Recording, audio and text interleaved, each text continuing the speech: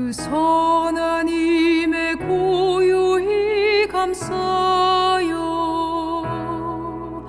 그 놀라운 평화를 누리며 나 그대들과 함께 걸어가네. 나 그대들과 하늘을 여네. 지나간 허물 어둠의 날들이 무겁게 내 영혼 짓눌러도 오 주여 우릴 외면치 마시고 약속의 구원을 이루소서. 그 선한 힘이 우릴 감싸시니 믿음으로 일어나리 기대하네. 주 언제나 우리와 함께 계셔. 하루 또 하루가 늘 새로워.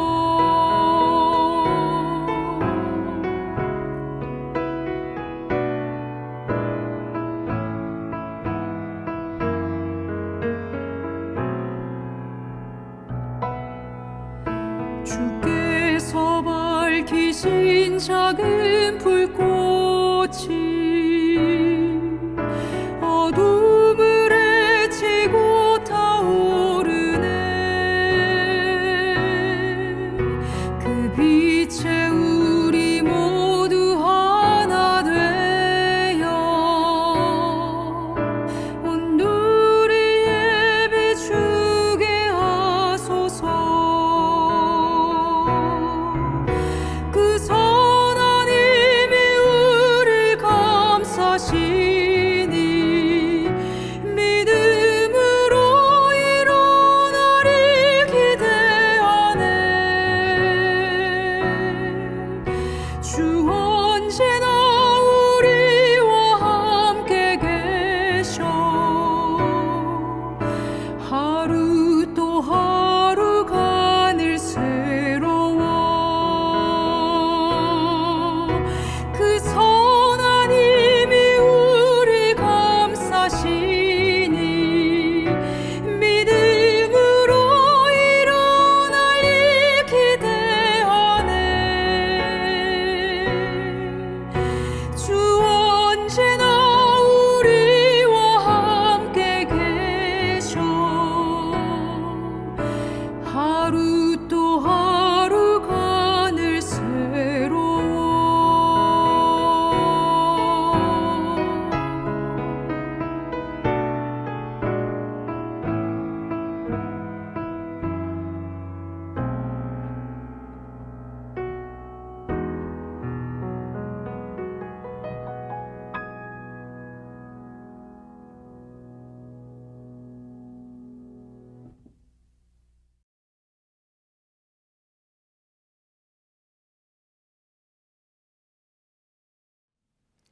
안녕하십니까 성도 여러분, 행복한 안식일입니다.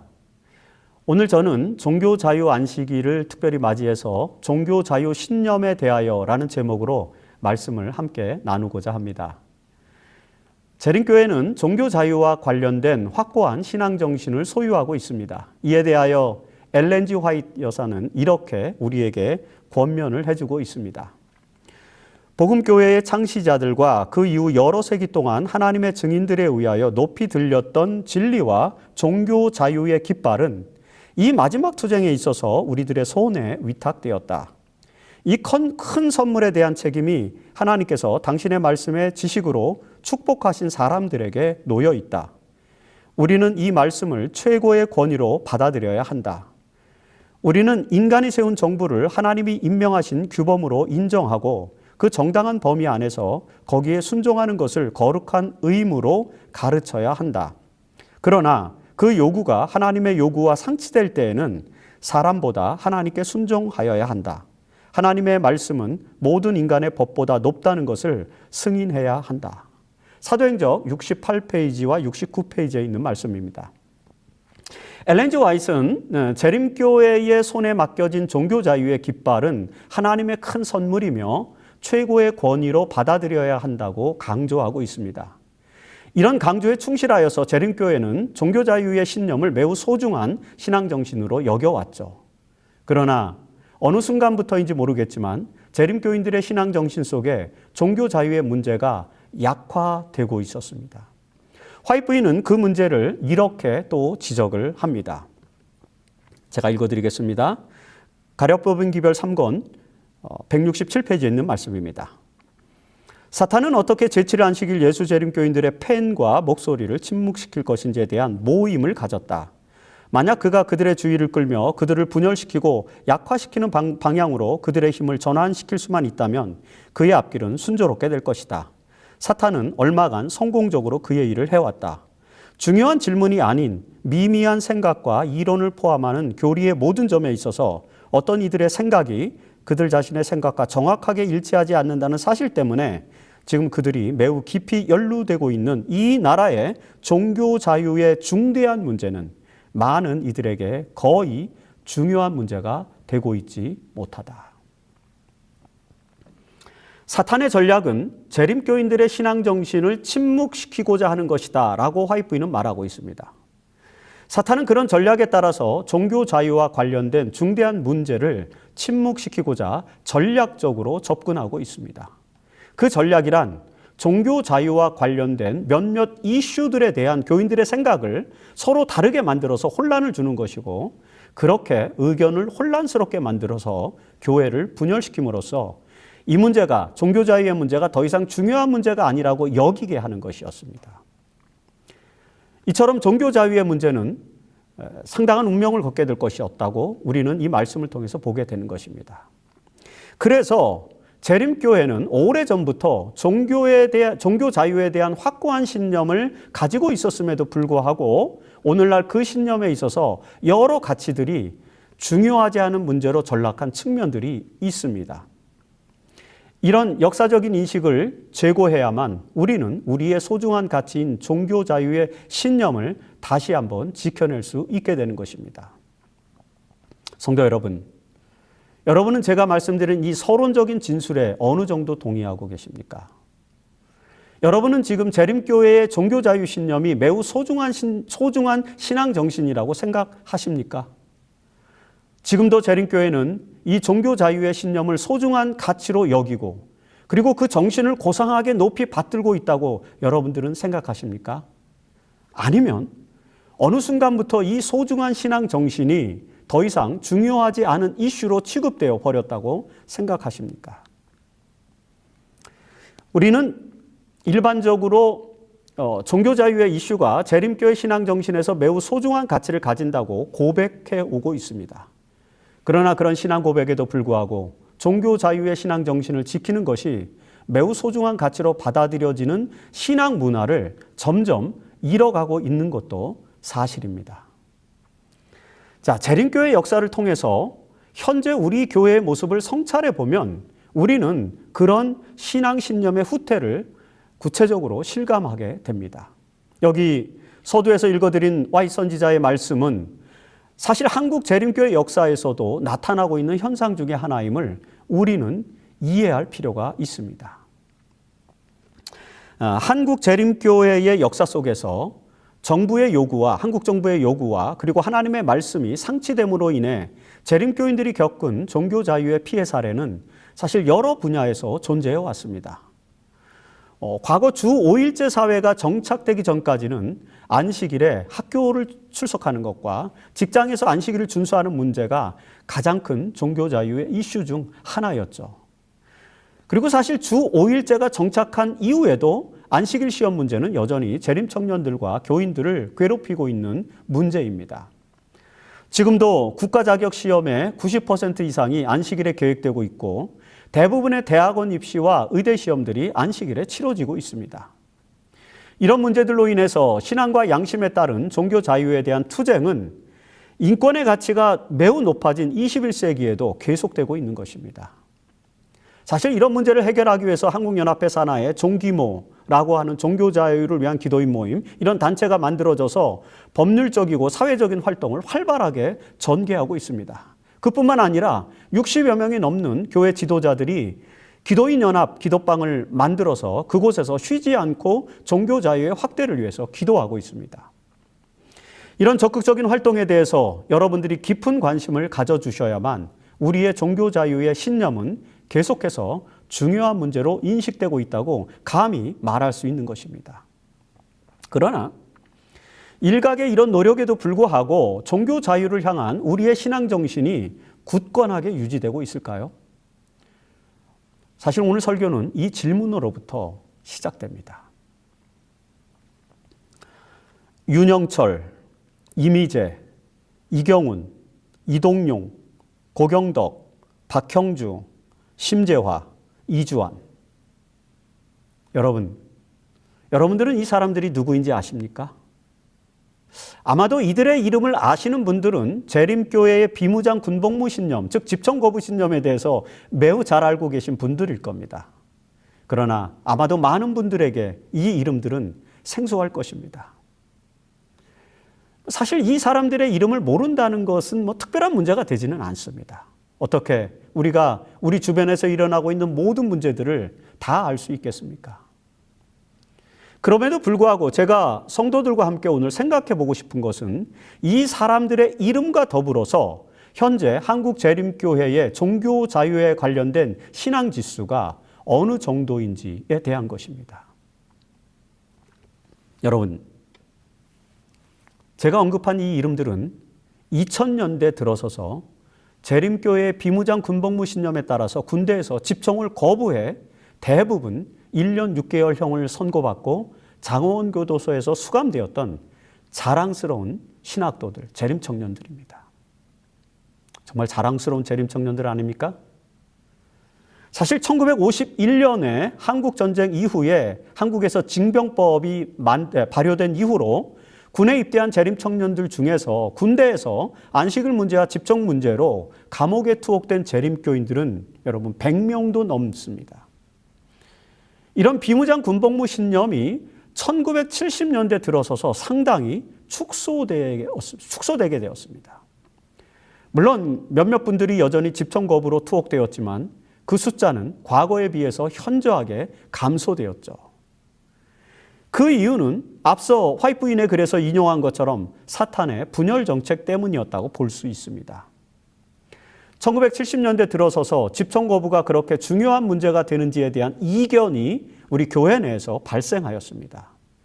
이런 이견 때문에 논쟁을 하다가 한국교회 지도자들은 이 문제를 교단 차원의 신념이 아닌 재림청년 개인의 신념 문제로 여기고 비무장 군복무 신념을 교단적으로 강조하는 일을 멈추게 되었습니다. 그때 이후로 재림군인들 중에서 집총 문제로 감옥에 가는 사례가 현저하게 줄어들게 된 것이죠. 1970년대에 6명, 그리고 1980년대에 1명, 1990년대에 6명, 이렇게 몇몇 재림청년들이 여전히 신앙 양심에 의거해서 집총을 거부함으로 징역형을 받은 사례들이 간간히 이어지기는 했지만 1970, 80년대 들어서서는 이 문제는 이제 공식적인 신앙 정신으로 강조되지는 않았습니다. 여러분, 이 시기에는 7, 80년대에는 군사정부의 정책 때문에 삼육대학에서조차 총검수를 하고 그리고 문무대와 전방입소훈련 등 군사훈련을 받아야만 했습니다. 사실 이때에도 교회와 대학은 학생들에게 집총 거부가 비무장 군복무 신념이 재림교회의 소중한 신앙신념이라는 점을 특별히 가르치거나 강조하지 않았습니다. 그래서 이 시기에 재림교회의 비무장 군복무 신념은 마치 사라진 것처럼 여겨졌던 것이죠. 그런데 2000년대 들어서서 이 신앙정신이 다시 강조되기 시작했고 그로 인해서 여러 신학생들과 재림청년들이 다시 집총 거부의 신앙정신을 실천하기 시작했습니다. 위에 언급한 그 이름들은 바로 이런 신앙정신을 충실하게 실천한 젊은이들이었습니다. 이에 한국연합회와 대학의 지도자들은 이들의 신앙 정신이 고상하게 받아들여질 수 있도록 정부와 군 당국에 적극적으로 호소하는 등 다시 한번 재림교회 종교자유의 정신을 되살리기 위해서 많은 노력을 기울였습니다. 그런 노력과 더불어서 한국 사회에서는 2000년대 초반부터 양심적 병역 거부에 대한 사회적 논의가 활발하게 전개되었고, 그 논의로 인해서 드디어 2018년 6월 28일에 헌법재판소는 양심적 병역 거부자를 형사처벌하는 근거가 된 병역법 조항에 대해서 헌법 불합치 결정을 내림으로써 양심적 병역 거부자와 비무장 군복무 신념을 가진 사람들에 대한 대체 복무가 인정되는 종교 자유의 역사가 한국 사회에서 실현되었습니다. 그런데 성도 여러분, 이 집총 거부 및 양심적 병역 거부와 같은 종교 자유의 신념에 대한 지금 이제 현재 한국 재림교인들의 신앙적 에토스는 어떤 상태에 있을까요? 우리는 이런 종교적 신념과 그 신념을 지켜온 사람들을 존중하는 마음을 가지고 있을까요? 우리는 당연히 그렇다고 대답할지도 모릅니다. 그러나 성급하게 답변하지 말고 진지하게 우리의 신앙적 에토스를 한번 돌아보고 이 질문에 대해서 다시 한번 신중하게 답변을 한번 마음속으로 해보시기를 부탁드립니다.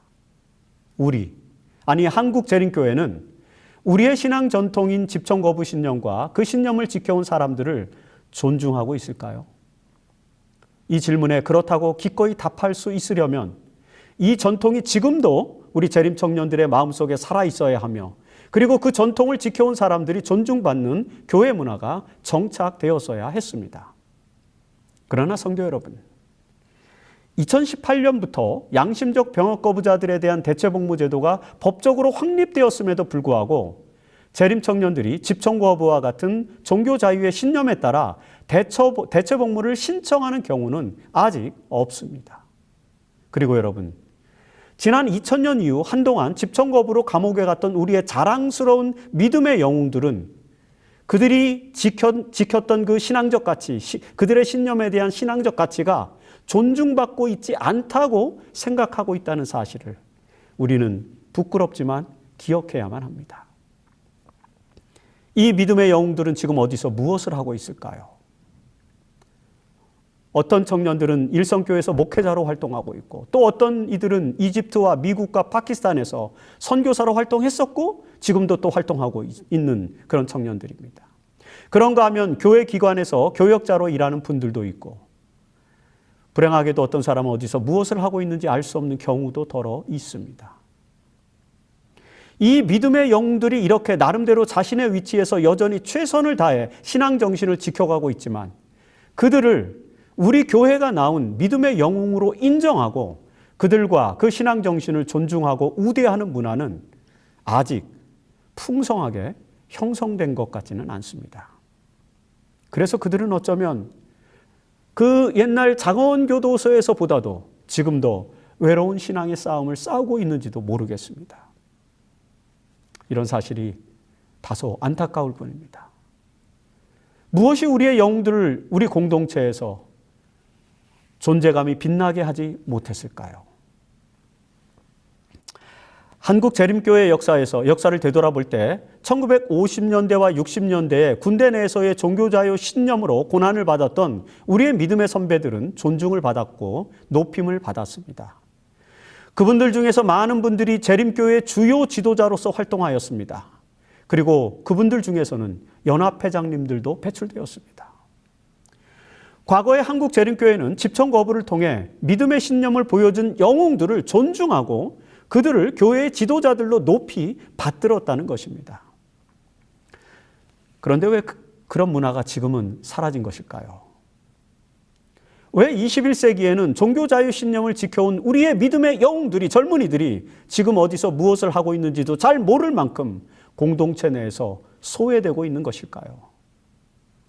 우리는 정말 그들을 재림교회 신앙의 영웅으로 인정하고 대우할 수는 없는 것일까요?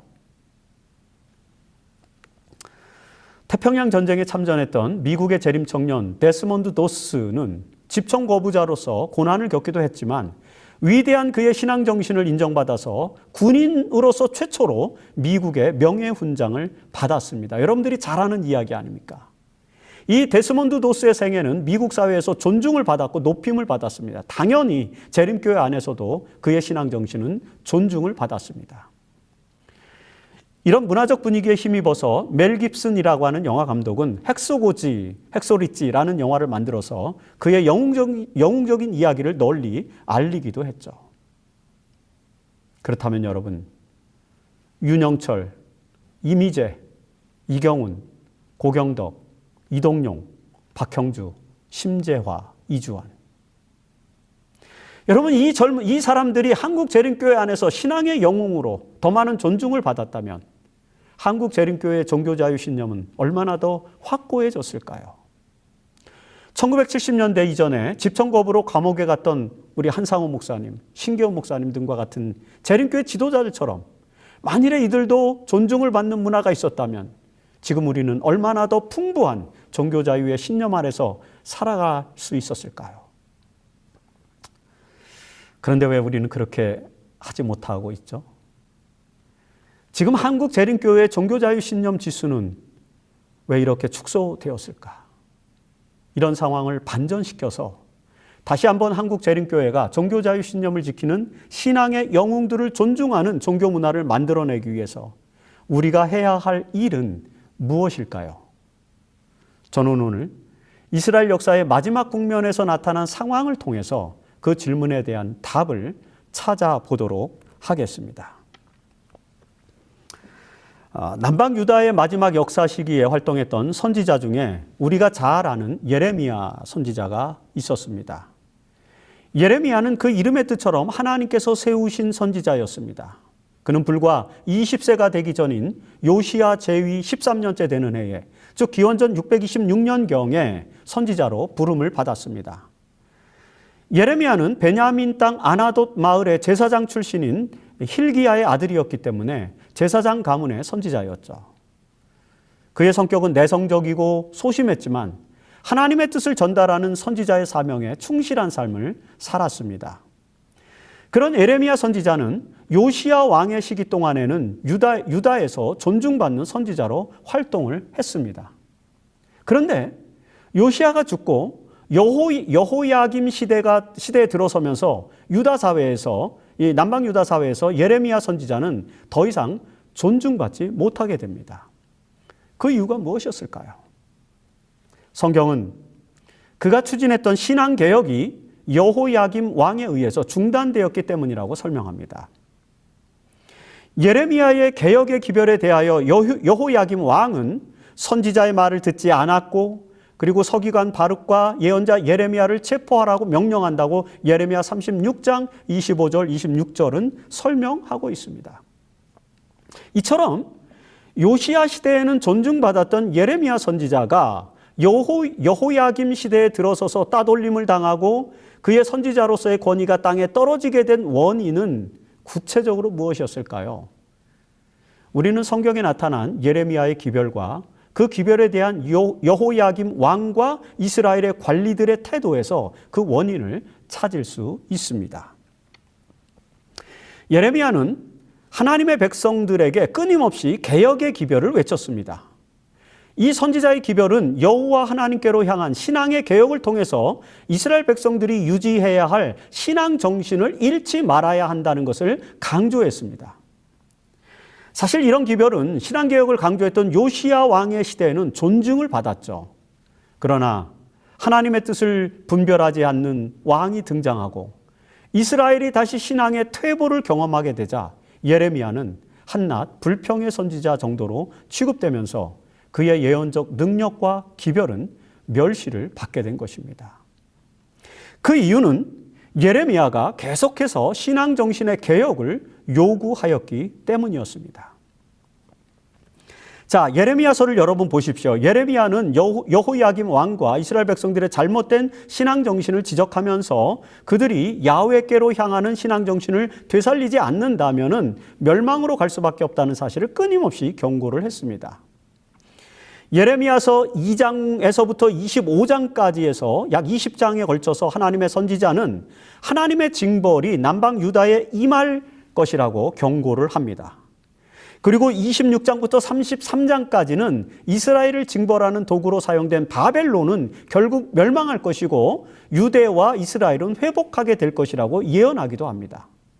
이런 궁극적인 희망의 역사가 예언되어 있었음에도 불구하고 하나님의 뜻을 따르지 않는 유다의 왕들은 불순종으로 말미암아 예루살렘이 이방 민족에 의해 함락될 것이라고 34장부터 38장까지 예레미야 선지자가 경고하고 있는 것입니다.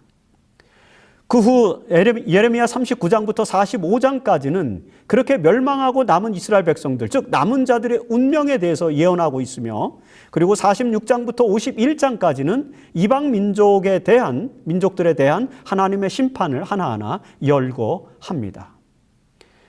그리고 결국에는 예레미야 52장에서 시드기야 시대에 겪게 될 남방 유다 왕국의 종말이 이제 예언되는 것이죠.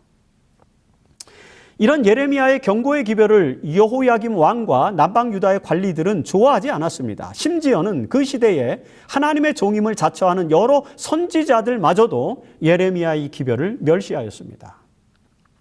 하나님께서 세우신 선지자 예레미야는 신앙 정신이 상실된 시기가 도래하자 더 이상 존중받지 못하고 오히려 핍박을 받는 신세가 되어버리고 만 것입니다. 여러분, 이 예레미야서에서 나타난 그 선지자 예레미야의 운명은 어떻게 되었습니까? 예레미야 26장 10절로 16절에 보면 그는 남방 유다가 바벨론에 복종해야 한다는 하나님의 기별을 전했다는 이유로 제사장들 및 예언자들에게 소송을 당하게 됩니다. 여러분, 당시에는 우리야와 같은 하나님의 뜻을 전하는 선지자도 있었지만 하나냐나 스마야와 같은 거짓 선지자들도 많았습니다.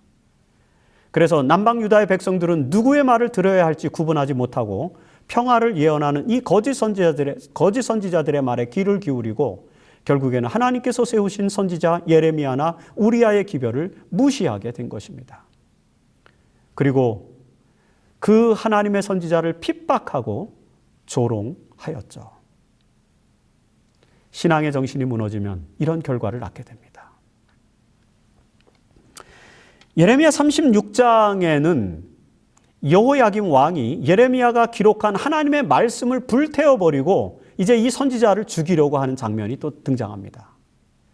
그리고 예레미야서 38장에서는 시드기야 왕의 때에 남방 유다의 관료들이 이 선지자 예레미야를 구덩이에 던져 넣게 되는 그런 사건도 일어나게 되죠.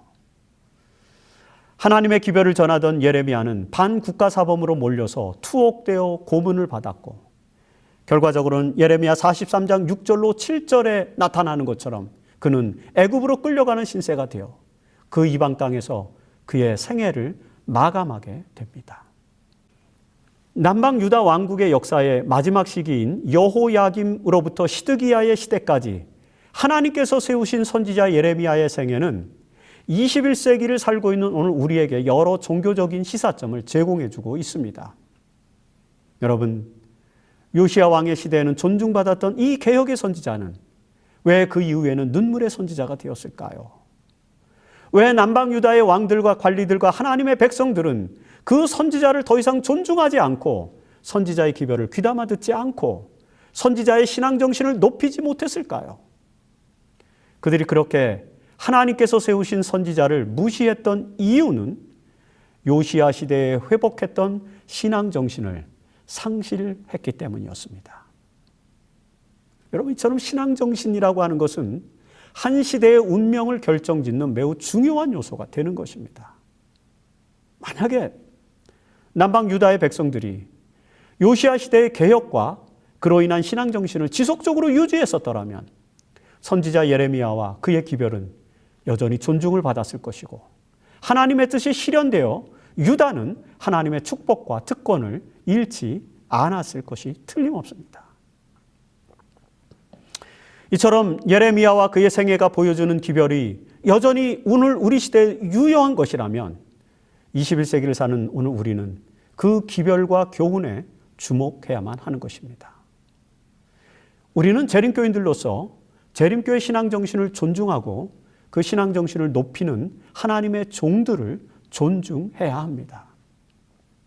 우리의 신앙 정신을 살려서 하나님의 뜻을 이 땅에 드러내는 일에 더욱더 최선을 다해야 할 것입니다. 여러분, 그런 점에서 비무장 군복무 신념과 안식일 신앙에 따라서 평화주의자가 되어야 하며 대체복무의 기회를 적극 획득해야만 합니다. 그리고 지난 70여 년의 역사 속에서 이러한 신앙 정신을 우리에게 일깨워준 100명이 넘는 그 믿음의 영웅들을 존중하고 그분들의 신앙 정신을 고상하게 높이는 일에 참여해야 할 것입니다. 그렇게 하는 것이 우리의 신앙 양심과 종교 자유의 가치를 더 높이는 길이 될 것이기 때문이라고 말씀드릴 수 있습니다. 이제 우리가 이 땅에서 종교 자유의 신념을 확대하기 위하여 어떤 노력을 해야 할지에 대해서 간단하게 권면하고 있는 엘렌 화이트 부인의 권면을 읽어보도록 하겠습니다. 목사와 복음 교역자에게 보내는 권면 202페이지의 말씀입니다. 제가 읽도록 하겠습니다. 우리가 이 세상에 있고 하나님의 성령께서 세상과 씨름하고 계시는 동안에 우리는 호의를 베풀 뿐 아니라 받을 줄도 알아야 한다. 우리는 거룩한 성경에서 제시된 진리의 빛을 세상에 전해야 하며 하나님께서 세상 사람을 감동시키셔서 그분의 사업을 위해 행하도록 하신 것을 그들로부터 받아들여야 한다. 주님께서는 그분의 백성들을 위해서 아직도 왕들과 통치자들의 마음에 역사하고 계신다. 따라서 종교자유 문제에 대하여 깊은 관심을 갖고 있는 이들은 어떠한 호의도 거절하지 않는 것이 합당하며 또한 하나님께서 그분의 사업을 위해 사람들을 감동시키셔서 주도록 하신 도움을 마다하지 말아야 한다. 이 마지막 시대의 선지자 화이트 부인은 종교 자유 문제를 해결하고 그 신념을 확대하기 위해서는 세상의 왕들과 통치자들의 호의를 기꺼이 받아들여야 한다고 지금 여기서 권면하고 계십니다. 여러분, 바벨론 포로기에 있던 이스라엘 백성들은 고레스 왕의 호의로 본토로 귀환해서 종교의 자유를 얻게 되었습니다. 고대 그리스도교회는 기독교는 콘스탄티누스 황제의 호의로 종교와 신앙의 자유를 획득했습니다. 로마에서. 중세 카톨릭의 횡포에 저항했던 프로테스탄트 개신교회는 각 지역의 제후들의 호의로 종교 자유를 얻었습니다. 그리고 근대 사회에서도 안식일과 집청 거부와 같은 신앙 양심의 자유는 대체복무법 등과 같은 입법자들의 호의로 획득되고 있습니다. 이처럼 안식일 시험 문제와 같은 종교 자유의 이슈도 역시 하나님의 성령의 역사에 귀를 기울이는 통치자들의 호의가 필요한 것입니다. 그래서 여러분, 지난 회기부터 한국연합회는 한국 재림교인들의 종교 자유 신념을 보호하기 위해서 적극적으로 활동을 해오고 있습니다. 지난 회기에 한국연합회 임원들과 종교자유부, 그리고 이번 회기에 연합회 임원들과 종교자유부는 정부의 호의를 이끌어내고 재림 청년들의 종교자유 신념을 지켜주기 위해서 많은 노력을 기울이고 있습니다. 특별히 아까 말씀드린 종기모, 그 종기모 모임을 결성하여 적극적인 대정부 활동을 전개하고 있습니다. 여러분, 이렇게 우리의 종교자유 신념을 높이기 위해서 애쓰고 있는 한국연합회 임원, 그리고 종교자유부의 임직원들, 그리고 종기모의 회장 및 회원들을 위해서 기도해 주시기를 간절히 호소합니다. 모든 교인들이 종교자유 신념을 위해서 관심을 가지고 기도하면 연합회와 종기모의 활동은 매우 큰 힘을 얻게 될 것입니다. 그런 조직적인 노력들이 한국 재림교회의 종교자유 신념을 더 확대시키고 더 고상하게 만들 수 있을 것이라고 감히 확신하는 것입니다. 그리고 재림 성도로서 우리도 우리의 신앙과 양심의 자유와 그에 따른 종교 자유에 대한 신앙 신념을 더욱더 확고하게 유지하기 위한 노력에 참여하기를 간절히 호소합니다. 우리는 종교 자유의 신앙 정신을 드높였던 지난 역사에 깊이 감사해야 하며 그 신앙 정신을 세우기 위해서 애쓴 믿음의 용사들을 존중해야 합니다. 이 종교 자유의 안식일에 모든 재림 성도들의 마음속에 신앙 양심과 종교 자유에 대한 의식이 더 깊어지기를 바라며 한국재림교회가 21세기 인류 사회에서 종교 자유의 이상과 가치를 높이 드러내는 하나님의 선지자로서의 사명을 충실하게 수행하기를 바라면서 오늘 말씀을 마치도록 하겠습니다.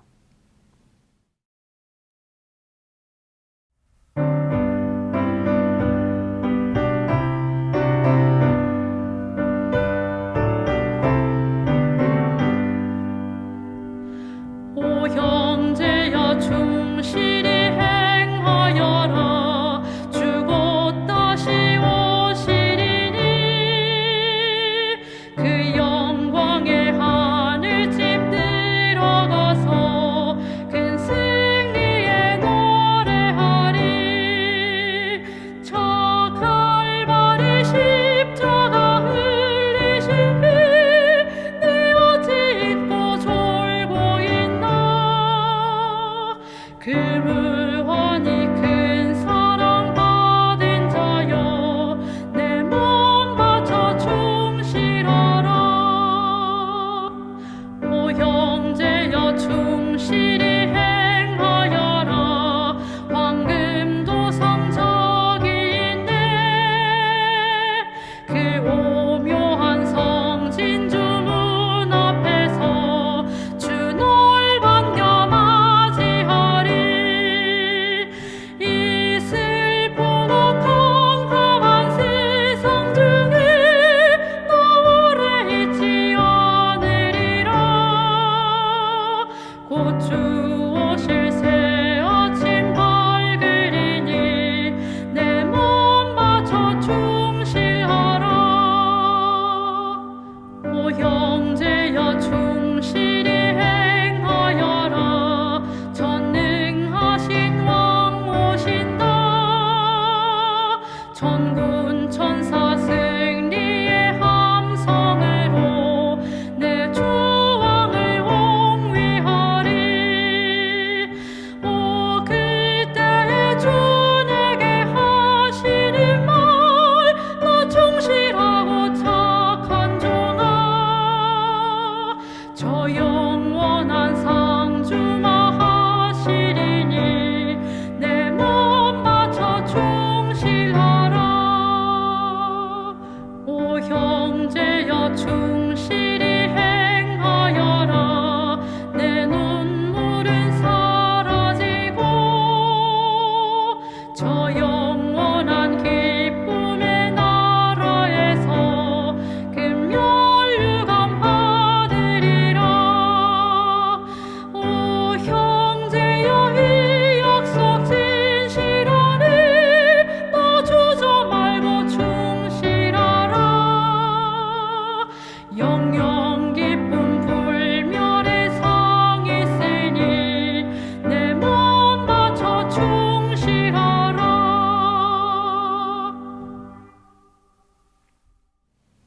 하늘에 계신 고마우신 아버지 하나님, 우리에게 신앙 양심과 종교 자유 신념의 아름다운 정신을 갖게 도와주셔서 감사합니다.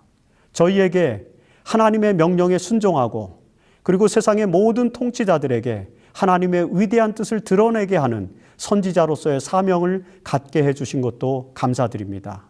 아버지, 21세기를 사는 오늘 우리가 다시 한번 재림 성도들로서 하나님께서 우리에게 맡겨주신 종교 자유의 신념을 더 확고하게 확립할 수 있게 도와주시고 우리 역사 속에 나타난 수많은 믿음의 영웅들을 높이 받들면서 우리 또한 그 신앙 정신 속에서 살아갈 수 있도록 저희를 도와주시옵소서. 우리가 부족할 때마다 그리고 우리가 하나님께 기도할 때마다 하나님 저희들의 신앙을 붙들어 주시고 저희들의 신념을 고상하게 만들어 주셔서 아버지 하나님의 이름을 높이는 위대한 재림 성도들이 될 수 있도록 도와주시옵소서. 종교 자유의 신념으로 21세기의 재림교회가 이 사회에서 진정한 인권의 가치를 드높이는 아름다운 교회로 거듭날 수 있도록 도와주시옵소서. 오늘 말씀을 기억하면서 하나님과 동행하는 또 하루 그리고 일주일의 삶을 살 수 있도록 인도해 주시옵기를 바라며 예수 그리스도 이름으로 간절히 기도드리옵나이다. 아멘.